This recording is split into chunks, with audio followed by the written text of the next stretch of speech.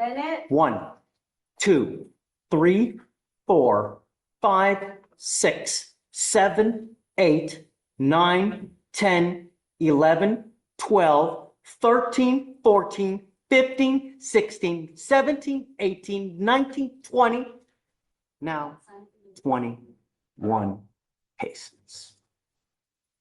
Just since 2020, possession 1 to 4, unauthorized use, possession 4 to 200, 21, evading arrest, felony theft, felony assault, felony possession of a controlled substance, possession of a controlled substance, possession of a controlled substance, now 24, possession of a controlled substance, possession of a controlled substance, assault, unauthorized absence from correctional facility, PCS, now 25, just for 25, PCS, unauthorized use, and now you have an evading arrest.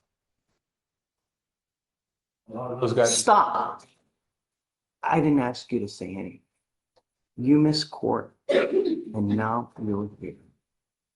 If you ever miss court again, and let me tell you something, Mr. Price, I'm going to do everything in my power to protect my city at all costs.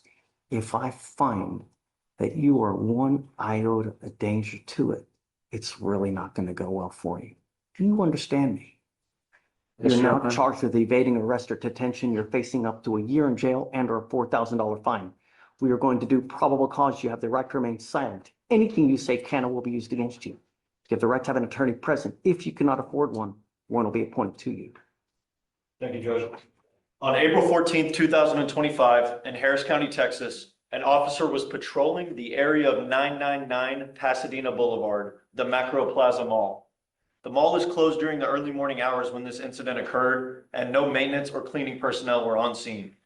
999 Pasadena Boulevard is near 1202 Pasadena Boulevard, which the officer knows from training and experience to be a high drug area. The officer observed the defendant standing near a mechanical box on the side of the main building of 999 Pasadena Boulevard. The defendant looked at the officer, who was in a marked patrol unit, and began walking toward his bicycle, which was laying on the ground nearby. Due to the above circumstances, as well as defendant's suspicious behavior, the officer initiated a subject stop on the defendant due to reasonable suspicion. The officer activated emergency traffic lights and began sounding the siren of a marked patrol unit. The defendant continued to ride his bicycle away from the officer, standing up on the seat of his bicycle to accelerate faster. The defendant eventually fell off the bicycle and continued to evade on foot until he fell in the roadway of the 900 block of Pasadena Boulevard. The defendant evaded the officer for approximately 736 feet. The hell was he doing wrong? Riding a bicycle while white? He's not doing anything. Just presumptive police. No. Mr. Price, I'm going to find that there's no probable cause in your case today. We have enough death, dismemberment, and danger in our town as it is. Don't create any more. Be a good person. It's not hard. Get a job, do something with your life before something, or you end up with a 25-year sentence. It's lickety split. Something happens. Life is too short to end up in a 6x9 with a 25-year sentence. You know what I mean? Really. Please take a seat. Mr. Aguilar, you're charged with failure to stop and give information, striking a highway fixture. You're facing up to 6 months in jail and or a $2,000 fine. We're going to do probable cause. You have the right to remain silent. Anything you say can or will be used against you. You're also charged with theft, a Class A misdemeanor where you're facing up to a year in jail and or a $4,000 fine. We're going to do probable cause. You have the right to remain silent. Anything you say can or will be used against you. You have the right to have an attorney present. If you cannot afford one, one will be appointed to you, sir.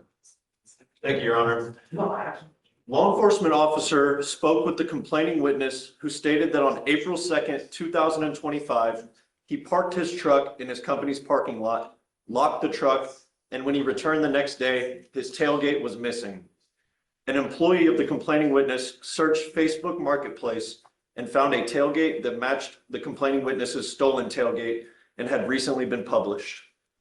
The law enforcement officer executed a sting operation to purchase the tailgate from the defendant, the seller, on Facebook Marketplace. He paid the defendant $140 for the tailgate. The defendant was subsequently arrested. The complaining witness stated the price to replace the tailgate was $1,117.65.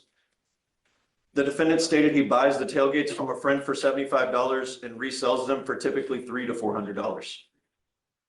We have him taking the actual tailgate, right? Yes, Your Honor, that's what it says. Well, it has him as the seller of the tailgate. Yeah, I didn't take the, Your Honor. Stop.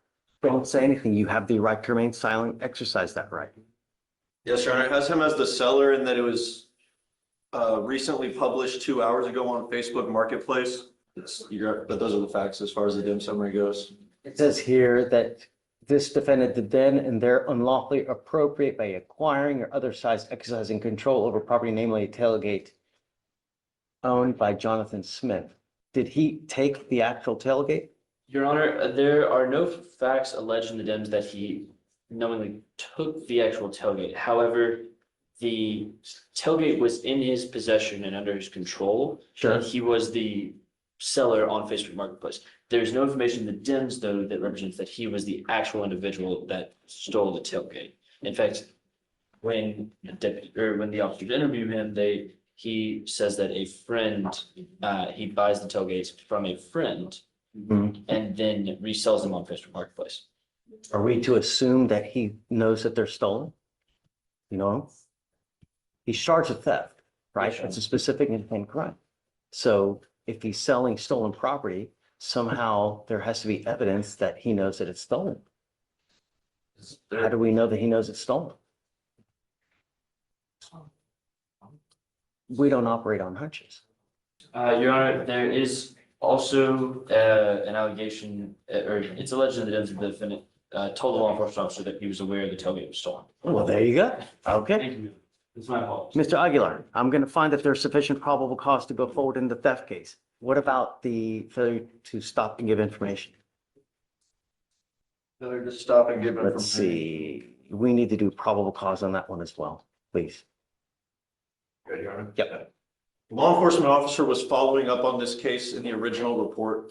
The defendant's vehicle struck a metal gate at an apartment complex. A witness looked out her window and saw the suspect vehicle and photographed the driver and passenger as they exited the vehicle. Law enforcement officers ran the plates and had the vehicle and owner information. The law enforcement officer later observed the defendant's vehicle in front of the residence. The vehicle had significant damage to the hood.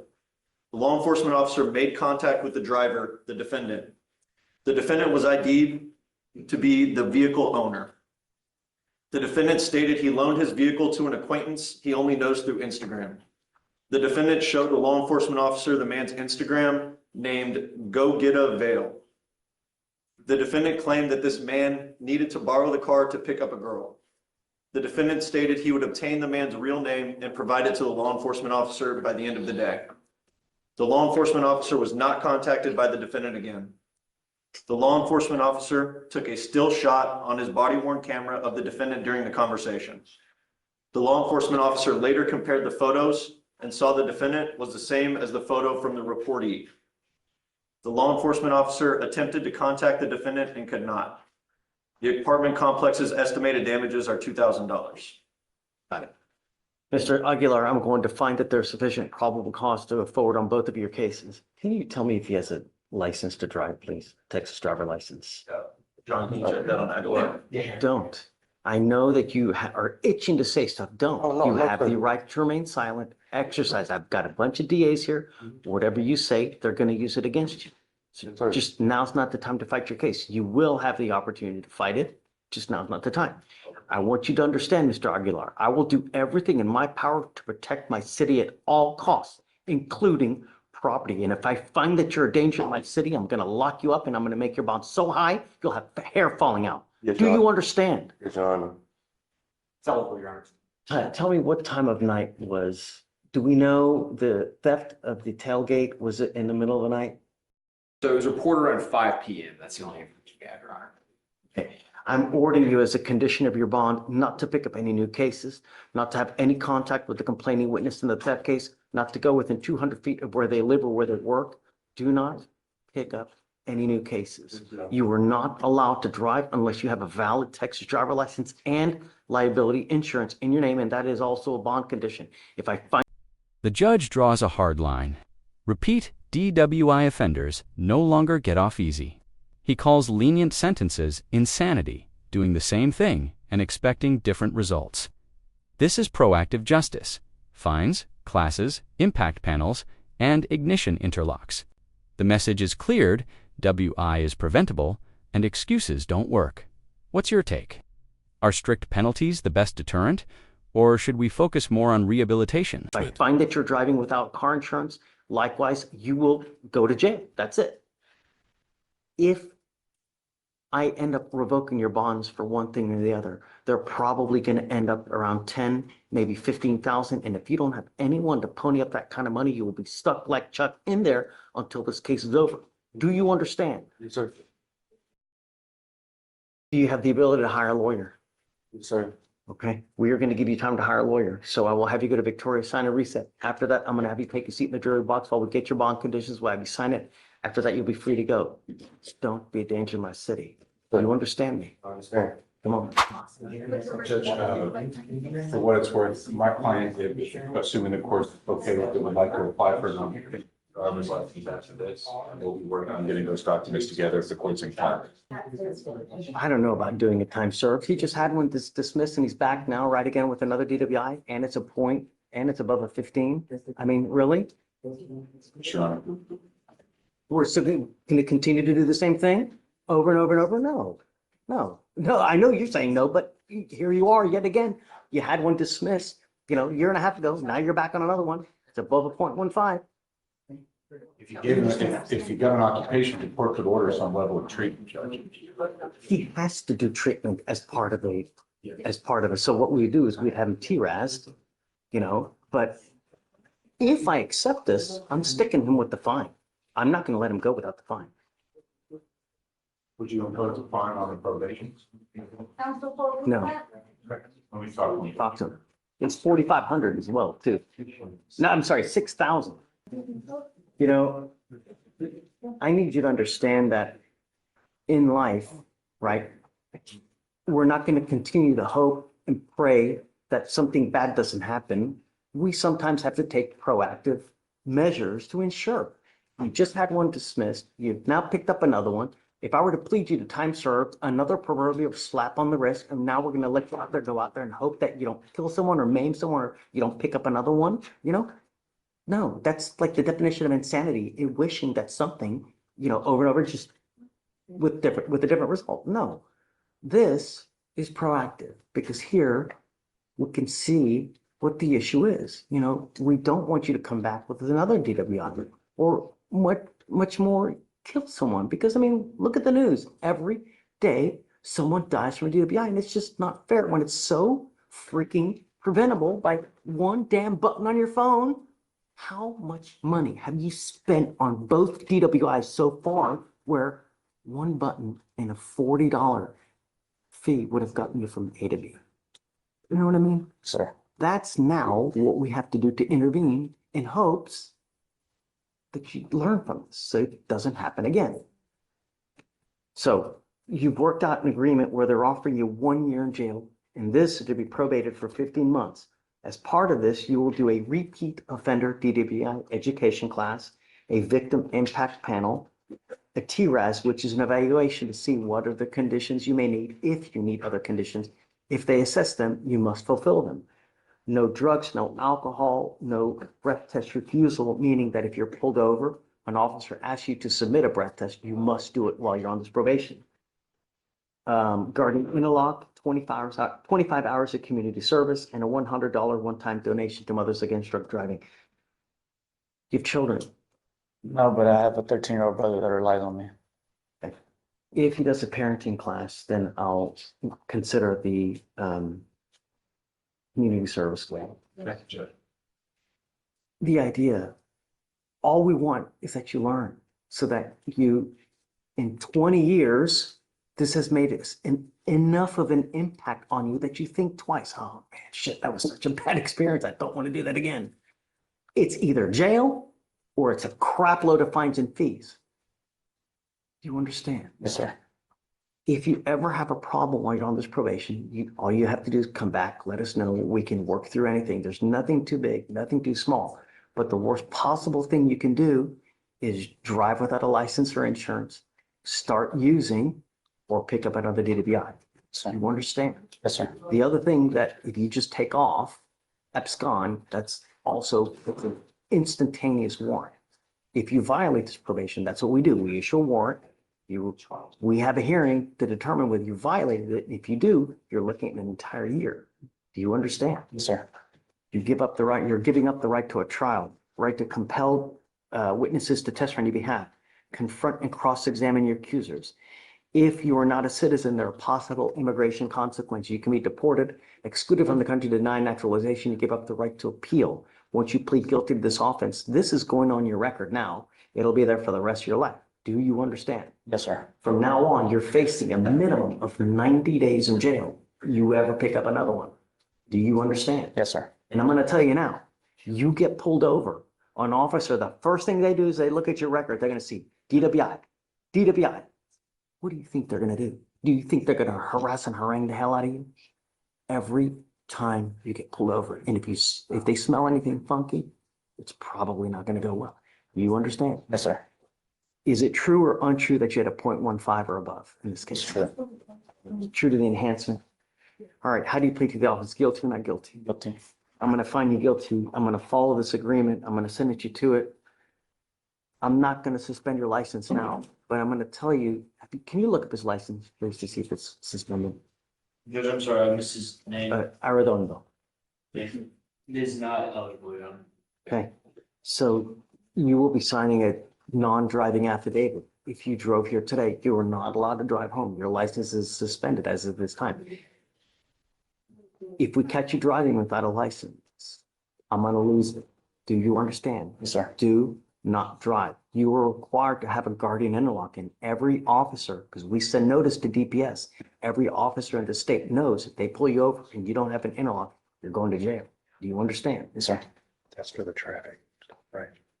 That's why it's ineligible, right? So I traffic. believe so. I took care of those yesterday. So. Judge, I believe his license may be showing ineligible due to a traffic ticket. If we can get that sorted, can we come back and? I'm okay with an occupational as long as he's in compliance, okay? The other thing is this, is he is now taking a subsequent DWI education class. DPS is probably going to suspend your license regardless because of a subsequent DWI education class, if you've already taken it. Did he do a diversion and it got dismissed? As part of the diversion, you have to do a DWI education class. Subsequent ones get your license suspended. So I would check with DPS first. Don't just start driving, when you take care of that ticket, because they're going to probably suspend your license again. And this time it may be like a 2-year suspension. I'm okay with an occupational as long as he's in compliance. Yes, Your Honor. And he has an interlock first. Okay. All right. So we're going to have you meet with Shatori for all your conditions, and then good luck to you, sir. Thanks, sir. Thank you. Good morning, Mr. Chimayo. Good morning. Good morning. Charged with driving while intoxicated. You're facing up to a year in jail and or a $4,000 fine. You have worked out an agreement where they're offering you 27 days in jail with credit for the 9 days that you have done. You need to understand that this charge from now on will go on your record. It will be there for the rest of your life. From now on, you're facing a minimum of 90 days for any new cases, at least with DWIs that you pick up. You ever get pulled over again, officers will see this DWI and they roll up to your window and they smell alcohol, or if they smell dope, it's probably not going to go well for you. So I would never get into a car and drive if you've even had a sip of alcohol. Do you understand? ¿Lo entiende? Sí. Yes. You're giving up a lot of rights by entering into this agreement. You give up the right to a trial, right to compel witnesses to testify on your behalf, confront and cross-examine your accusers. If you're not a citizen, there are possible immigration consequences. You can be deported, excluded from the country, denied naturalization under federal law. You give up the right to appeal. Meaning, once you plead guilty, this goes on your record and it will be there for the rest of your life. Mira. Is this what you want to do? This moment shows the lasting impact of a DWI conviction. Once you plead guilty, it stays on your record forever, seen by every officer and even affecting immigration status. The defendant accepts the plea, but the cost is high: a suspended license, possible jail time, and lifelong stigma. DWI isn't just a traffic ticket, it's a life-changing mistake. Should one mistake define a person forever, or should second chances exist? Sir, Yes. is it true or untrue that you had a .15 or above breath test? ¿Verdad o no verdad? ¿Verdad? True. I find that it's true. I'm now going to sentence you to 27 days. Give you credit for the 9 days that you've done. I'm going to suspend your license for 90 days. Do not drive until you get a license, and good luck to you, sir. Thanks. Judge, Gracias. I was appointed to this case about 8 days ago, Judge, and I don't believe sentence status has changed since then. Can we have to waive the DPS fee? Thank you, Judge. Okay. Con la grabación.